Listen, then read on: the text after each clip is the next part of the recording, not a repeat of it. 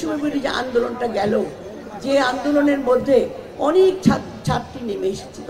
ছাত্র ভাই বলতে ছাত্র ছাত্রী বোঝায়। আমি মনে করি ছাত্র বলতে ছাত্রছাত্রী, অনেক ছাত্রী বোনেরা আমার অংশগ্রহণ করেছিল, কিন্তু 5ই আগস্টের পরে তাদেরকে কিন্তু আর কোথাও দেখা যাচ্ছে না। কেন দেখা যাচ্ছে না?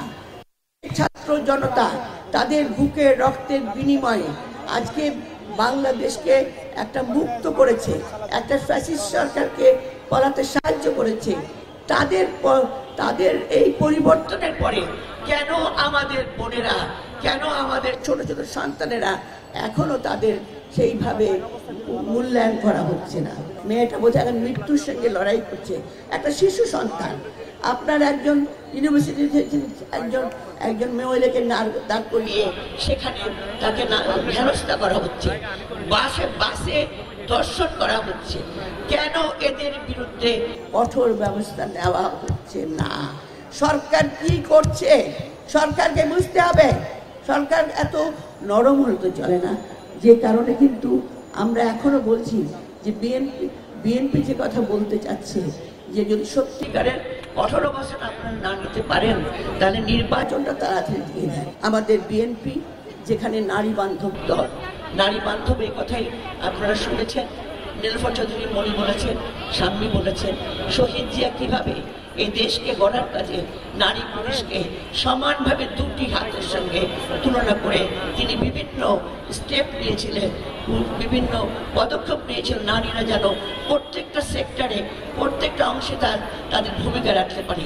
তারপর দেশনেত্রী বেগম খালেদা জিয়া, সে তাকেও জানেন আপনারা, তিনি কিভাবে নারীদের সম্মানের জন্য, নারীর শিক্ষার জন্য, নারীর আত্মকর্মসংস্থানের জন্য তিনি কিভাবে বিভিন্ন রকম পদক্ষেপ নিয়ে নারীকে একটা অবস্থানে পৌঁছে দিয়েছে। নারী রাজনীতিতে নারী, এটা সবচেয়ে গুরুত্বপূর্ণ পদক্ষেপ। কারণ দেশের সিদ্ধান্ত গ্রহণের প্রক্রিয়াতে সে অংশগ্রহণ করতে পারে একমাত্র রাজনীতির মাধ্যমে।